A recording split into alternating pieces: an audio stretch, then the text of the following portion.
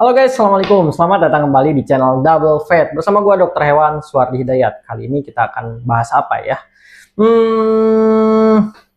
Tonton sampai akhir.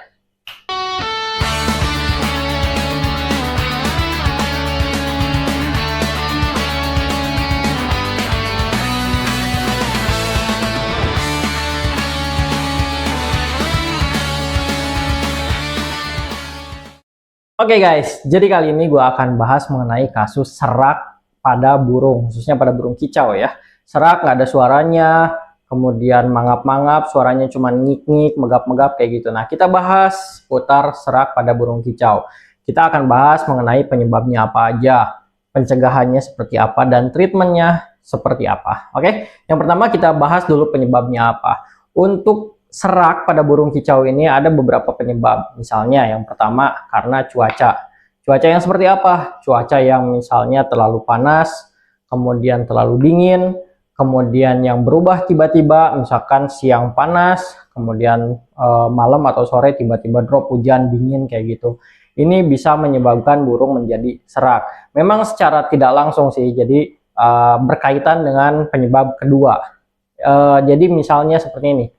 Terlalu panas, burung stres. Terlalu dingin, burung stres. Perubahan suhu yang tiba-tiba drop dari panas ke dingin atau dari dingin ke panas, ini juga bisa menyebabkan daya tahan tubuh burung menurun karena stres tadi. Nah, berhubungan dengan penyebab kedua, yaitu infeksi, bakteri, jamur, bisa juga virus, bisa juga protozoa. Protozoa ini memang cukup jarang ya.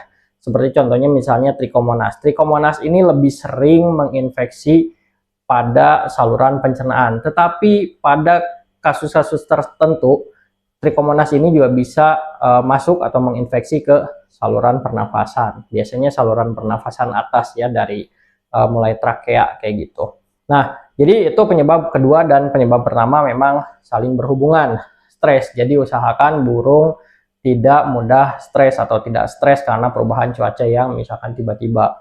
Nah, kemudian yang ketiga, tadi kan yang kedua infeksi bakteri dan lain-lain ya. Nah, yang ketiga ini bisa jadi karena kekurangan vitamin, khususnya vitamin A.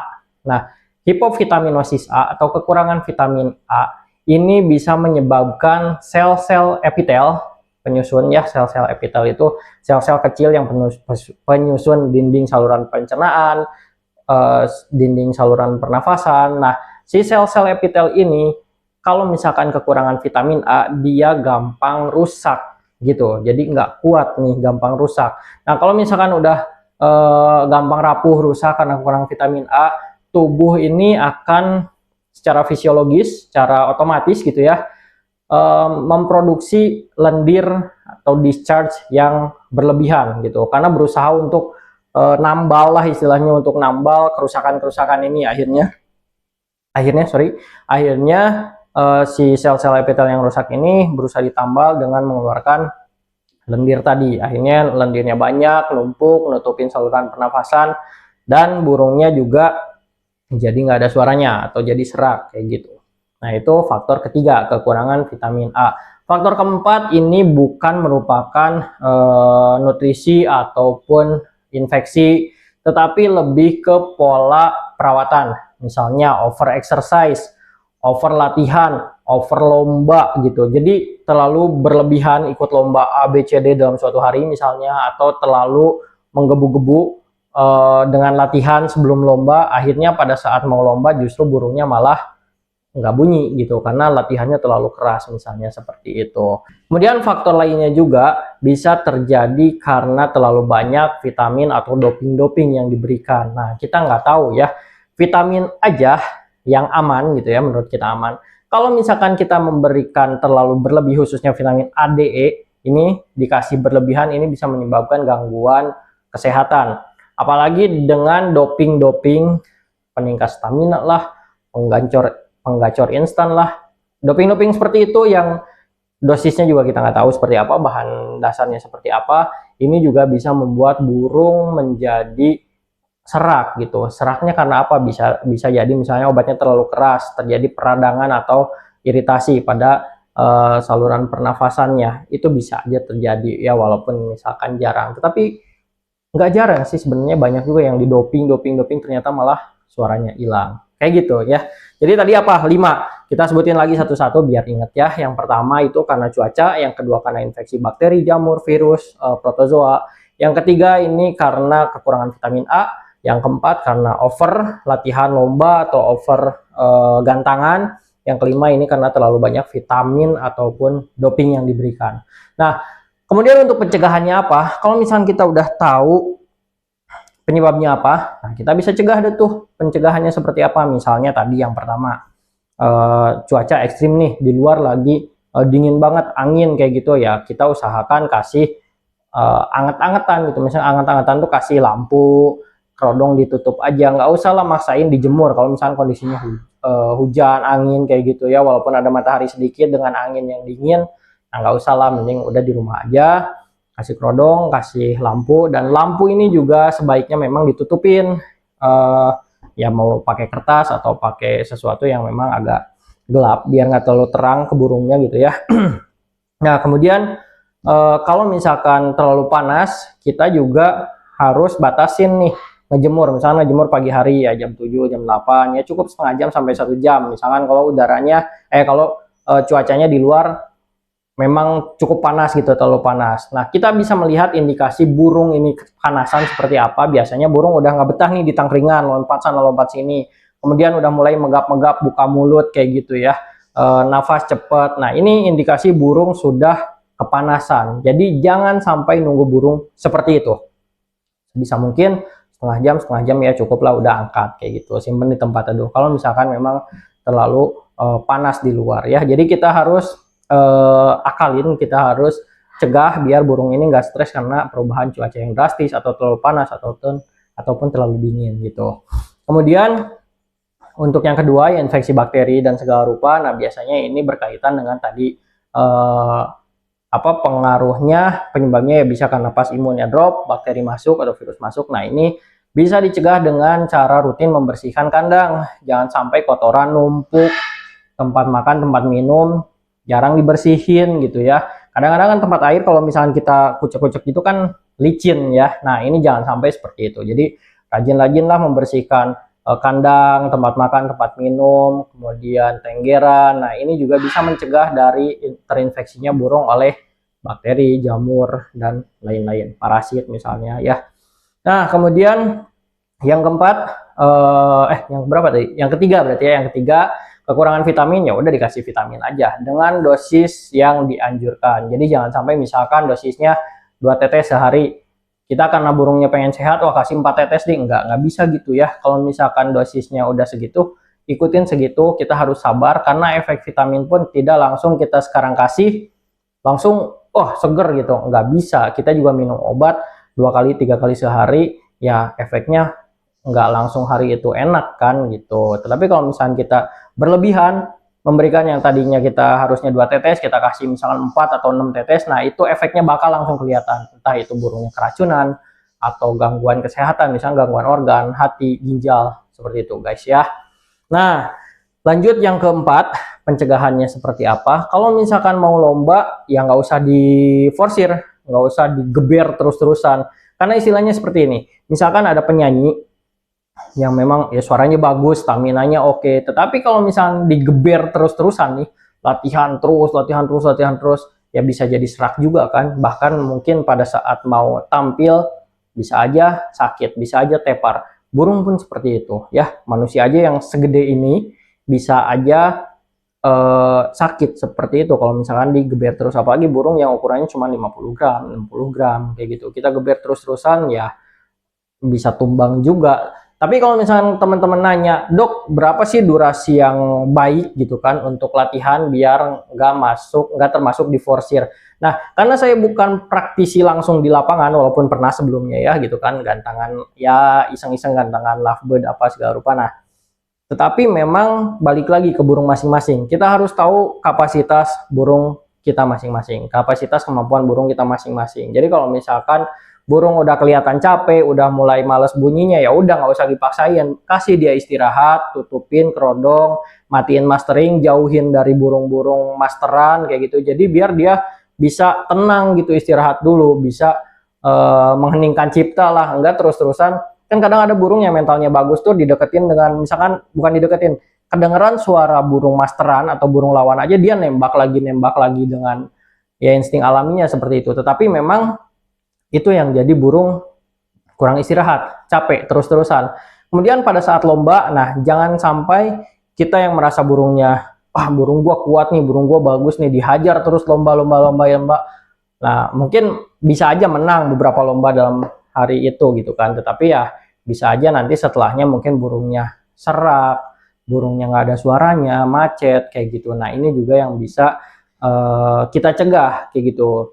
Karena sebenarnya apa sih yang bikin serak? Yang bikin serak itu ya radang tenggorokan kalau di manusia itu ya. Sama kayak saya sekarang ini lagi radang nggak enak gitu. Tapi ya buat kalian, buat ngasih wawasan, saya coba untuk buat dan keren nggak? Nggak gitu ya. Jadi emang kebetulan lagi nggak enak tenggorokan. Nah sama seperti itu, nggak enak tenggorokan, nggak enak ngomong gitu, nelen sakit, makan sakit. Nah burung pun seperti itu. Jadi jangankan bunyi gacor ya, untuk bunyi biasa aja mungkin untuk makan minum aja yang nggak enak gitu kan di bagian tenggorokannya seperti itu.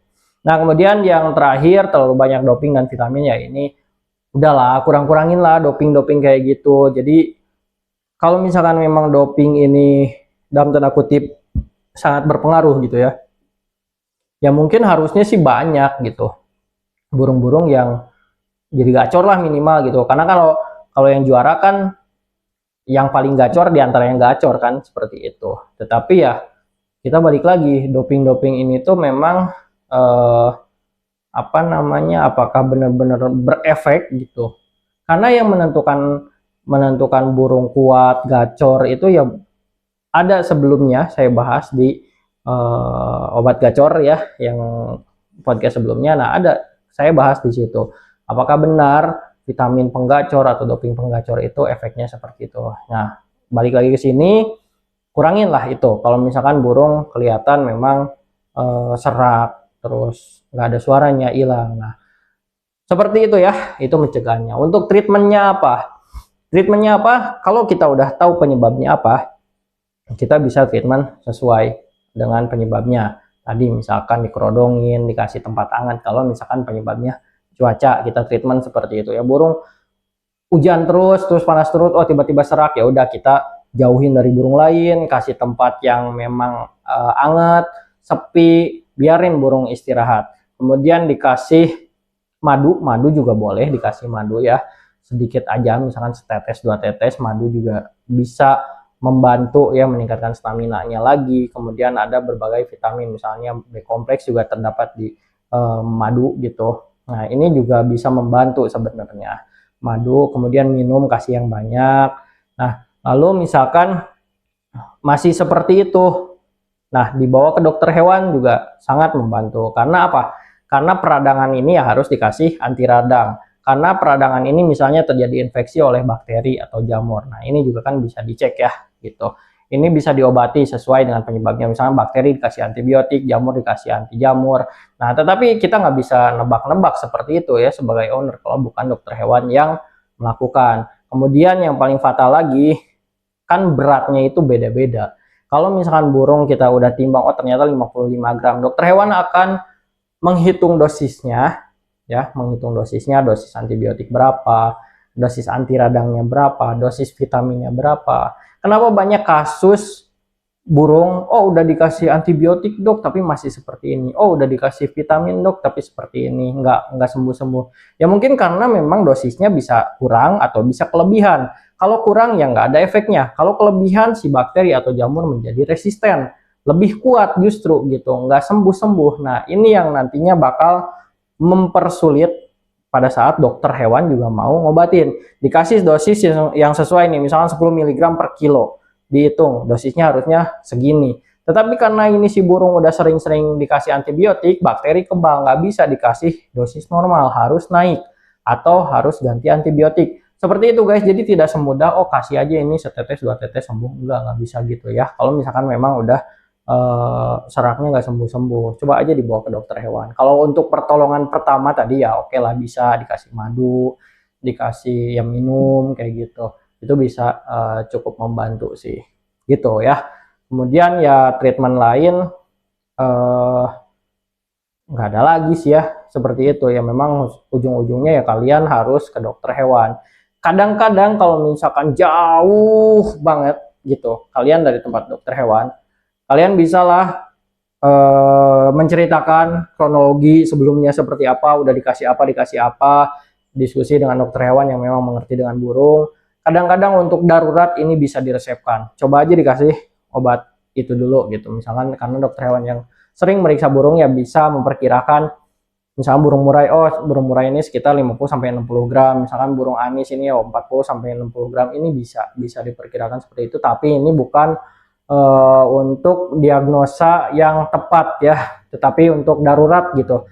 Daripada kalian misalkan bawa burung dengan kondisi yang udah sakit, dibawa perjalanan jauh misalkan 3, 4, 5 jam. Nah, nanti kan di jalannya juga kasihan gitu. Mending ya udah untuk treatment darurat kita kasih, kita resepin obat, kita kirim ke alamat rumah teman-teman misalkan gitu.